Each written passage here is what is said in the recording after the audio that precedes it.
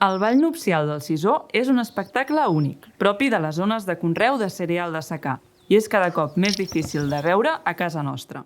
Les darreres dècades, el sector agrari català ha viscut un procés dual que ha afectat, i molt, la biodiversitat associada als paisatges agrícoles. D'una banda, s'ha abandonat l'agricultura en les zones menys fèrtils i més difícils de conrear, fet que ha provocat un emboscament i una pèrdua d'aquelles espècies associades als espais oberts. Per contra, en les planes i en les terres més fèrtils, l'agricultura s'ha intensificat.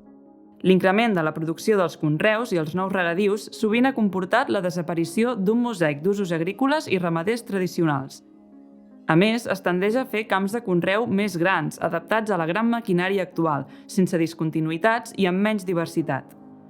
Aquests canvis han anat en detriment de vores i marges, uns elements del paisatge que són clau com a zones de refugi i alimentació per a moltes espècies.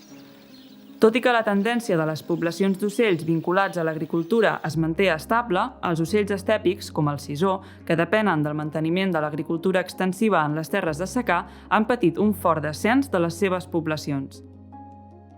La important pèrdua de guarets, que són camps de conreu que es deixen sense conrear i que alberguen una rica comunitat de flora i fauna, és una de les principals causes que hi ha darrere de les regressions poblacionals observades. Per mirar de mitigar aquesta pèrdua de biodiversitat, les mesures compensatòries de l'impacte en els ocells estèpics dels nous regadius del canal Segarra-Garrigues estan gestionant finques dins de les zones d'especial interès per a les aus de la Plana de Lleida. Des de fa uns anys cap aquí, en la línia de les mesures que promou la Unió Europea per conservar els sistemes agrícoles, les mesures compensatòries del Segarra-Garrigues estan gestionant centenars d'hectàrees de guarets dins dels espais CEPA per afavorir les espècies d'ocells esteparis d'aquestes zones. Així, a Catalunya, allà on s'hi fa aquesta gestió acurada, la disminució en els últims 5 anys d'espècies estepàries com el sisó o la ganga és inferior a la documentada a la major part de l'estat espanyol, on hi ha encara àmplies zones de secà, però on no s'hi fa una gestió tan activa en favor de la biodiversitat, que permet compatibilitzar l'agricultura i la conservació de la fauna salvatge.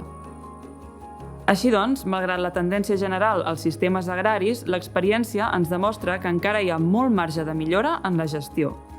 L'increment de superfície agrícola en règim ecològic, menys agressiu amb el medi, i la promoció i recuperació de pràctiques més sostenibles també són clau per tal d'aconseguir un mosaic d'espais agrícoles que puguin seguir sent acollidors per a la natura espontània i per a la biodiversitat.